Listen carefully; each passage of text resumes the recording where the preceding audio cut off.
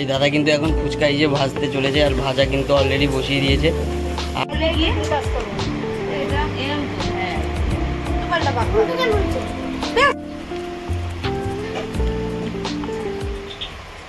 নমস্কার বন্ধুরা, আজ আমি চলে এসেছি একজন অভিজ্ঞতা ফুচকালার বাড়িতে। তো আজকে তোমাদের সাথে শেয়ার করবো ফুচকা কিভাবে তৈরি হয়। ঝাল ঝাল মশলাদার ফুচকা তো অনেক খেয়েছো, বানাতে তো কেউ দেখোনি, তো আজকে সেটাই তোমাদের সাথে শেয়ার করবো, দেখতে থাকো। তো দেখতে পাচ্ছি কিন্তু দাদা খুব ভালো করে কিন্তু নাড়িয়ে নিচ্ছে আটাটাকে, যাতে এই ভিতরের নোংরাগুলো না যায়, কারণ আটাতে অনেক রকম নোংরা থাকে। আর দাদা কিন্তু এখানে দেখলাম দিয়ে দিল খাবার সোডা, আর এরপরে কিন্তু দাদা আবার চেলে নিল, কারণ এর ভিতরে অনেক নোংরা থাকলো, ফার্স্টেই তোমাদের বলে রেখেছি। আর এটা কিন্তু ভালো করে কিন্তু অনেকক্ষণ ধরে নাড়াতে হবে, নাড়িয়ে নাড়িয়ে ভিতরে যে দানা দানা ছোটো ছোটো থাকে সেইগুলো কিন্তু ফেলিয়ে দেওয়া হচ্ছে। এরপরে কিন্তু দাদা দিয়ে দিল এর মধ্যে সুজি, কারণ সুজি দিলেই কিন্তু মুচমুচে এবং সৌন্দর্য হবে। তারপরে কিন্তু দাদা সমস্তটাকে একসাথে মিশিয়ে নেওয়ার পরে কিন্তু হালকা এর মধ্যে জল দেবে, আর জল দেওয়ার পর কিন্তু ভালো করে এটাকে মাখতে হবে, কারণ হচ্ছে গিয়ে এই মাখাটা যত সুন্দরভাবে মাখোই কিন্তু সুন্দর করে ফুলবে। ভালো করে মিক্সড করতে হবে।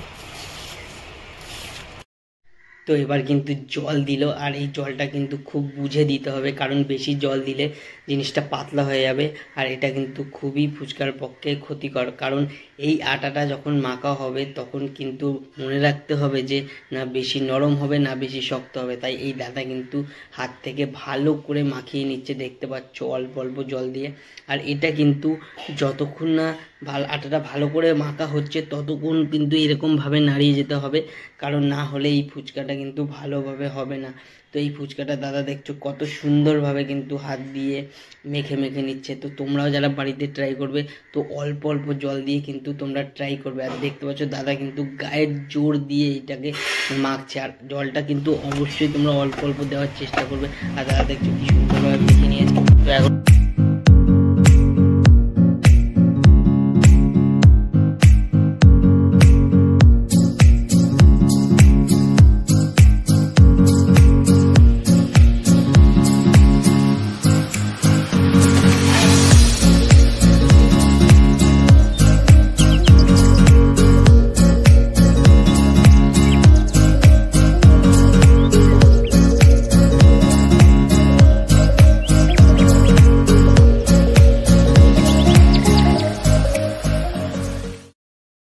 এই ঝুড়ি থেকে কিন্তু ভালো করে এটাকে চেলে নেওয়া হচ্ছে, কারণ এর পাশে যেই আটাগুলো থাকে আটার গুঁড়োগুলো সেইগুলো কিন্তু ভালো করে ঝাড়িয়ে নেওয়া হচ্ছে, কারণ এইগুলো যদি না ঝাড়ানো হয় তাহলে কিন্তু এটা ভালো করে হবে। দেখতে পাচ্ছ কত সুন্দরভাবে এক একটা ছোট বল বানানো হয়েছে, যেন সবই এক সাইজের হয়। এই পরেই শুরু হবে কিন্তু বেলা। আর এটা দেখে রাখো সুন্দরভাবে কিন্তু সাদা তেল এখানে ইউজ করা হচ্ছে, পুরো সুন্দর তেল। আর এটা কিন্তু সব সময়ই দিতে হয়, কারণ এটা যদি না দেওয়া হয় তাহলে কিন্তু আমাদের যে ফুচকাটা সেটা কিন্তু ভালোভাবে হবে না। এখন কিন্তু আটার বলগুলোকে সুন্দরভাবে বেলে নেওয়া হবে, সেই প্রক্রিয়া চলছে। তো দাদা কিন্তু সামনে নিয়ে নিয়েছে। এবার কিন্তু বলগুলোকে খুব ভালো করে দেখতে পাচ্ছ বেলা হচ্ছে, না বেশি পাতলা না বেশি মোটা করে কিন্তু এই জিনিসটাকে বেলতে হবে। এটা কিন্তু সবসময় মাথায় রাখতে হবে, খুব সুন্দরভাবে কিন্তু বেলতে হবে, না হলে কিন্তু এটা কিন্তু ভালো করে ফুলবে না, সব কিন্তু চুপসে যাবে। তো এক এক করে দেখতে পাচ্ছ এরা কিন্তু কারিগর, সব কিন্তু অভিজ্ঞতা। আর এই দাদা কিন্তু 15 বছর ধরে এই লাইনে আছে দাদার কাছে যা শুনতে পেয়েছি। আর এক এক করে কিন্তু দেখতে পাচ্ছ এটার উপর তুলে নেওয়া হচ্ছে, আর এক এক করে কিন্তু নিয়ে যাওয়া হচ্ছে। এরপরে কিন্তু ভাজার প্রক্রিয়া শুরু হবে। তো দেখতে পাচ্ছ ওটার মধ্যে কিন্তু এক এক করে দেখো ফুচকাগুলোকে তুলে নেওয়া হচ্ছে। হ্যাঁ ঠিকই শুনেছো, এক এক করে তুলে নেওয়া হচ্ছে, দেখো কত সুন্দরভাবে। আর এটা কিন্তু উল্টোভাবে তোলা হচ্ছে, কারণ সোজাভাবেই যদি তোমরা তোলো তাহলে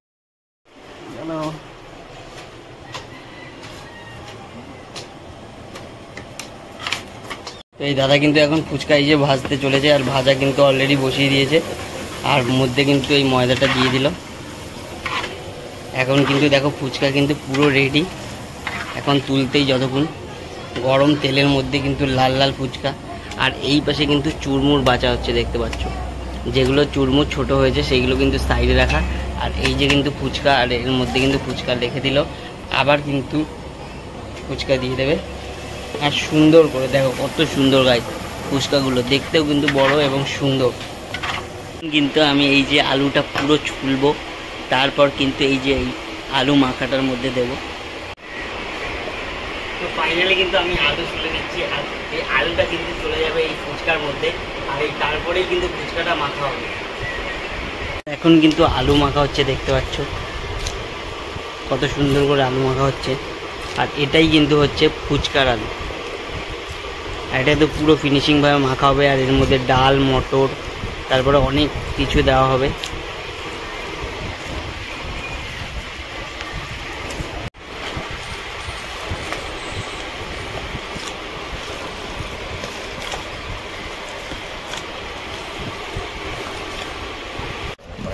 ফাইনালি কিন্তু মাখা কমপ্লিট হয়ে গেছে। এর উপর কিন্তু আরও অনেক কিছু দেওয়া হবে। এক এক করে কিন্তু এই ছোলা চলে গেল আলুর মধ্যে।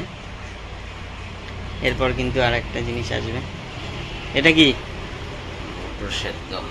তো মটর সেদ্ধ কিন্তু চলে গেল ফাইনালি।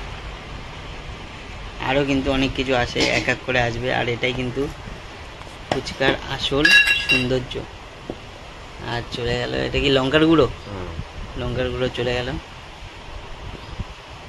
এক এক করে কিন্তু সব রকমের মশলাই এই আলুর মধ্যে যাবে, তারপরেই কিন্তু ফুচকাটা টেস্টি হবে।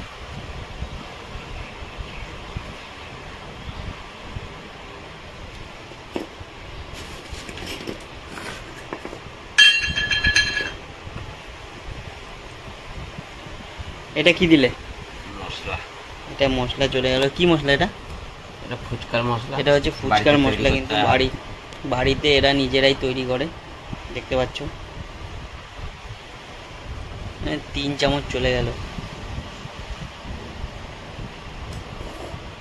নেক্সট কি আসছে দেখি, তোমরা দেখতে থাকো। আর এখন কিন্তু এটা মাখা হবে, এক এক করে কিন্তু সব রকমের মশলা দেওয়া হলো, তারপর কিন্তু পুরোটা মাখানো হচ্ছে। এটা কিন্তু পুরোটাই মেখে তারপরেই কিন্তু সার্ভ করা হবে।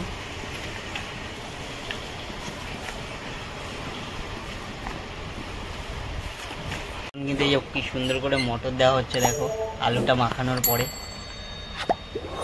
এরপরে কিন্তু আরো অনেক কিছু চলে আসবে উপরে। মটর চলে আসলো, কিন্তু এই কি সুন্দর করে মটর দেওয়া হচ্ছে, দেখো আলুটা মাখানোর পরে। এরপরে কিন্তু আরো অনেক কিছু চলে আসবে উপরে। মটর চলে আসলো। নেক্সট কিন্তু ছোলা চলে আসলো, দেখতে পারলে এই যে ছোলা। আরও কিন্তু ছোলা দেওয়া হলো, আলুটা যাতে টেস্ট হয়। কত সুন্দর লাগছে দেখতে পাচ্ছ গাইস।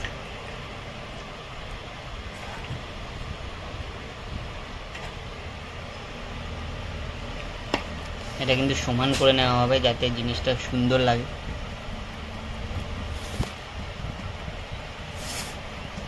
এক এক করে প্রসেসটা দেখো গাইস।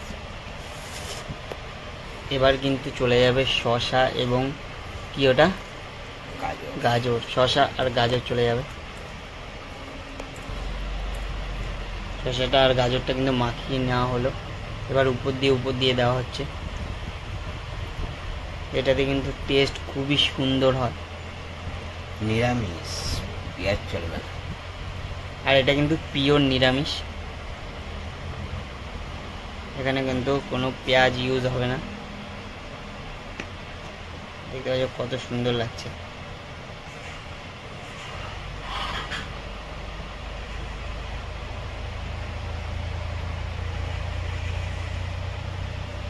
কিন্তু টক জল বানানো হবে।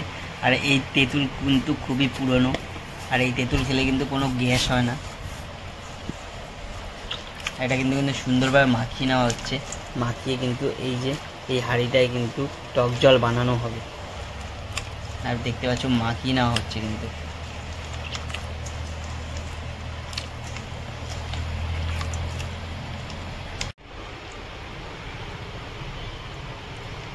তো এটা কিন্তু চটকে নেওয়া হলো তেঁতুলটা।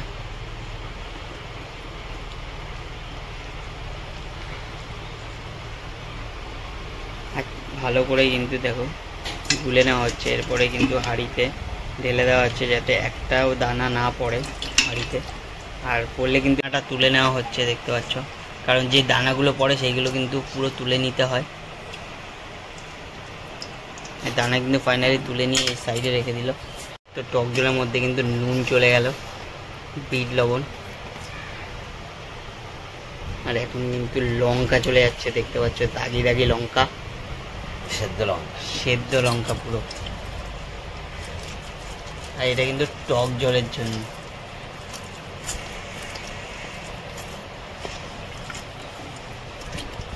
আর কিন্তু ভালো করে মাখিয়ে নেওয়া হচ্ছে। এবার কিন্তু এক এক করে মশলা চলে যাবে। এখানে চলে গেল লঙ্কার গুঁড়ো, 2 চামচ চলে গেল লঙ্কার গুঁড়ো। এবার এটা কিন্তু ফুচকার মশলা, এটা কিন্তু বাড়িতেই বানানো নিজস্ব লঙ্কা, এটা কিন্তু 3 চামচ চলে গেল। এখন কিন্তু ধনেপাতা কুচানো হচ্ছে, এটাও কিন্তু চলে যাবে আলুর মধ্যে।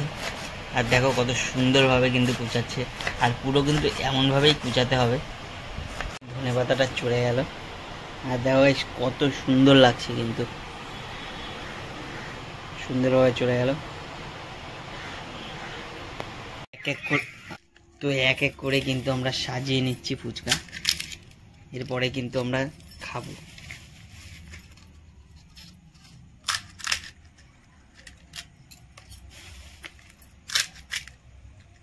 ফাইনালি কিন্তু আমাদের ফুচকা সাজানো কমপ্লিট। এখন কিন্তু আমরা এই যে আমাদের জল করেছি এটা দিয়ে কিন্তু আমরা খাবো।